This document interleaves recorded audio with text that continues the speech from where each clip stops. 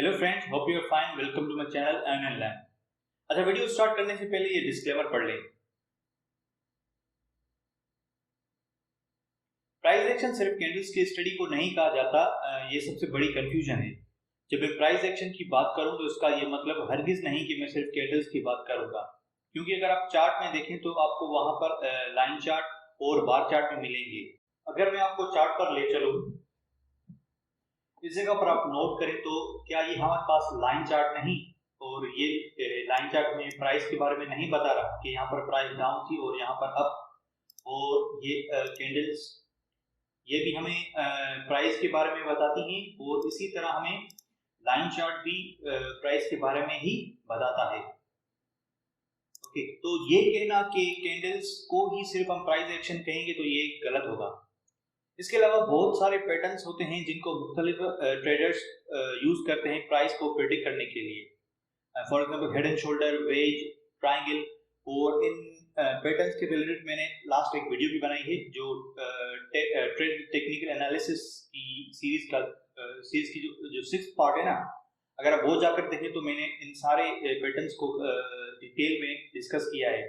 ये सब चीजें प्राइस एक्शन का ही हिस्सा हैं। तो हम कह सकते हैं कि प्राइस एक्शन सिर्फ कैंडल्स की इंफॉर्मेशन को नहीं बल्कि हमें चार्ट के बिहेवियर के बारे में बताते हैं। तो हम कह सकते हैं कि प्राइस एक्शन सिर्फ कैंडल्स की इंफॉर्मेशन नहीं बल्कि हमें चार्ट के बिहेवियर के बारे में बताता है।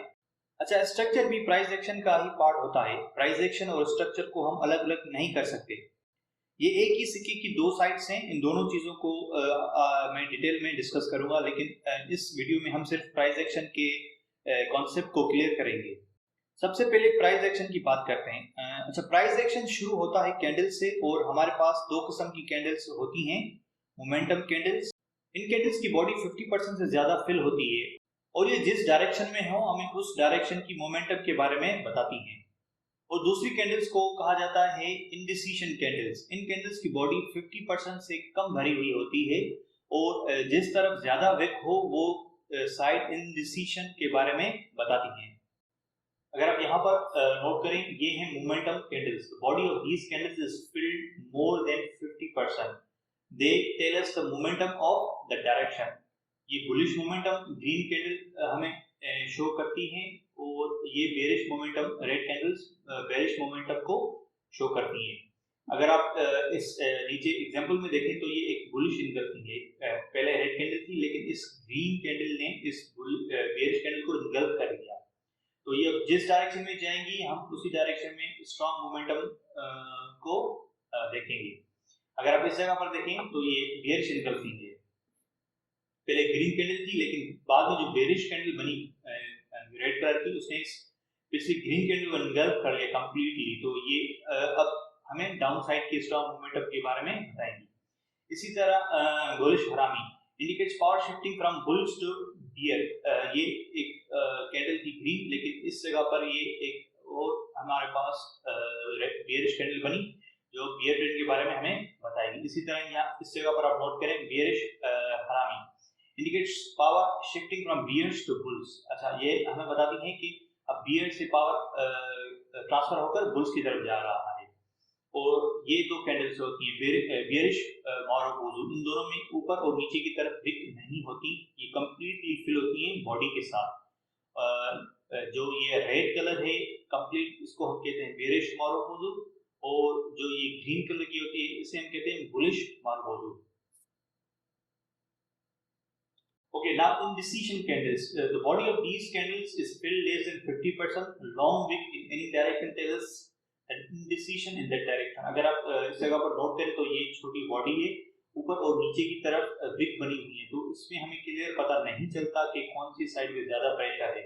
इन कैंडल्स को हम डोजी कैंडल्स भी कहते हैं। अगर आप इस जगह पर भी नोट करें तो यहाँ पर भी हमें ऊपर की तरफ और नीचे की तरफ इक्वली प्रेशर नजर आ रहा है, लेकिन इस जगह पर आप नोट करें तो नीचे विक एक बहुत बड़ी विक है। इसका मतलब कि नीचे की साइड बहुत बड़ा प्रेशर था। सेलर्स ने बहुत कोशिश की प्राइस को नीचे ले जाने की, लेकिन बायर्स वहां पर बायर्स का प्रेशर ज्यादा होने की वजह से बॉडी ऊपर ही क्लोज हुई। तो नीचे की तरफ जो प्रेशर था वो बायर्स का प्रेशर हमें शो हो रहा है कि बायर्स यहाँ पर ज्यादा प्रेशर बायर्स ने दिखाया। और इस जगह पर आप नोट करें तो बुल्स ने प्राइस को ऊपर ले जाने की कोशिश की, लेकिन बियर्स का प्रेशर ज्यादा होने की वजह से प्राइस नीचे ही क्लोज हो गई। तो यहाँ पर हमें बियर्स का प्रेशर शो हो रहा है, यहाँ पर हमें बायर्स का प्रेशर शो हो रहा है। Okay, next spinning top. इसमें क्या होता है कि इनकी बॉडी थोड़ी बड़ी होती है, लेकिन वही ये भी इंडिसीशन कैंडल्स होती हैं, हमें क्लियर नहीं बताती कि किस तरफ ज्यादा प्रेशर है। और ये अम्ब्रेला, इसमें नीचे की तरफ दोनों की तरफ ज्यादा प्रेशर शो हो रहा है बायर्स का।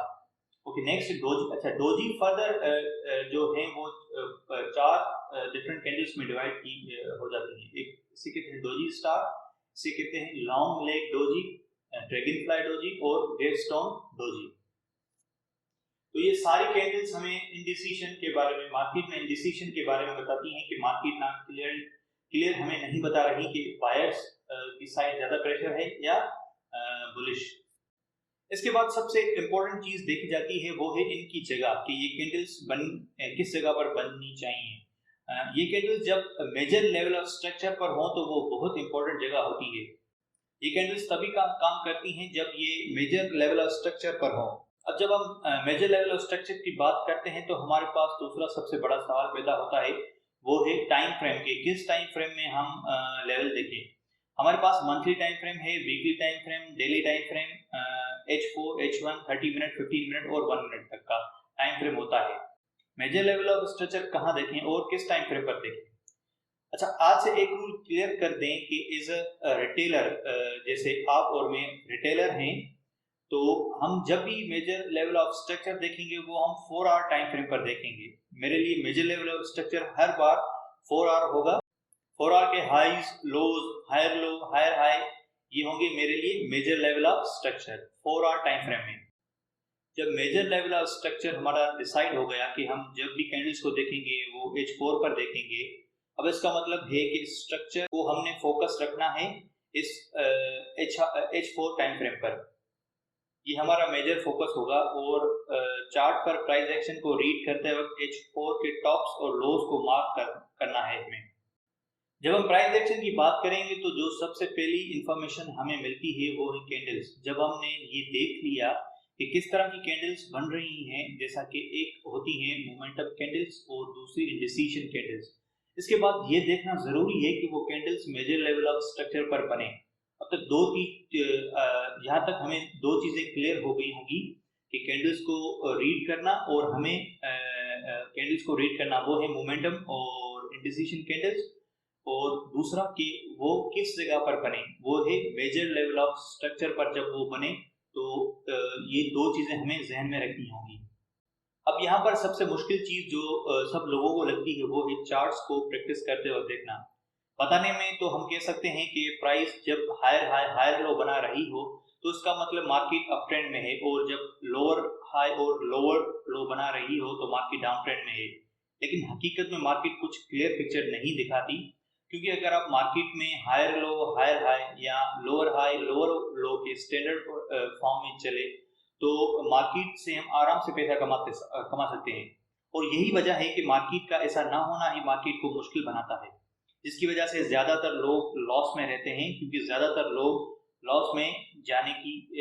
लोगों का लॉस में जाने की वजह भी यही है कि मार्केट जब आप चार्ट्स पर देखेंगे तो वो इस तरह क्लियर पिक्चर हमें नहीं बताती। इसकी वजह यह है कि मार्केट का बिहेवियर इंसेन होता है, क्योंकि मार्केट हर वक्त चेंज होती रहती है, जिसकी वजह से रूल्स मुसलसल चेंज होते रहते हैं। अब मार्केट में जब एक रूल अप्लाई करते हैं तो तब तक मार्केट चेंज हो चुकी होती है और उसे दोबारा पढ़कर एक और नया रूल अप्लाई करना पड़ता है। अच्छा, इसका सिंपल ऐसे मैं बता सकता हूँ कि जिस तरह हम बुक्स में पढ़ते हैं, लेकिन जब असली लाइफ में एंटर होते हैं तो कहानी कुछ और तरह की होती है, क्योंकि चार्ट्स पढ़ाते वक्त स्टैंडर्ड चीजें पढ़ाई जाती हैं और जब रियल में आप चार्ट्स देखते हैं तो कुछ और होता है, जिसकी वजह से बहुत सारे लोग लॉस में चले जाते हैं। याद रहे, लॉस भी एक ट्रेडिंग का ही हिस्सा है। अगर आप एक दिन लॉस में होते हैं तो दूसरे दिन प्रॉफिट भी बुक करेंगे। हमें सिर्फ अपने ट्रेड्स को मैनेज करके चलना पड़ता है। हमेशा याद रखें, trading is like a marathon not sprint. Trading एक लंबी गेम है जिसे लगातार करना पड़ता है। तो सवाल ये पैदा होता है कि ऐसी कॉम्प्लिकेटेड मार्केट में कैसे ट्रेड की जाए। इसके लिए ज़रूरी है कि प्राइस एक्शन के मुख्तलिफ हालात के बारे में हमें पता होना चाहिए, जैसा कि पैटर्न्स की information, head and shoulder, triangle, और ट्राइंगल में भी ascending triangle, descending triangle, wages, wages में भी राइजिंग वेज, फॉलिंग वेज, ये तमाम इंफॉर्मेशन होना बहुत ज़रूरी है।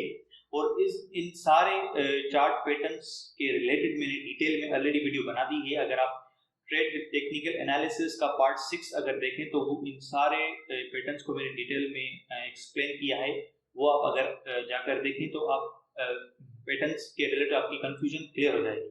अब क्या प्राइस एक्शन में ये सिर्फ पैटर्न्स ही होते हैं जिनको हमें सीखना चाहिए? इसके अलावा एक और कॉन्सेप्ट भी है जिसे डाइवर्जेंस कहते हैं, और ये भी प्राइस एक्शन का पार्ट भी ही है। और इस डाइवर्जेंस के रिलेटेड भी मैंने ऑलरेडी वीडियो बना दी है। अगर आप ट्रेड टेक्निकल एनालिसिस का फोर्थ पार्ट देखें तो उसमें मैंने डाइवर्जेंस के बारे में भी डिटेल में वीडियो बना दी है ऑलरेडी।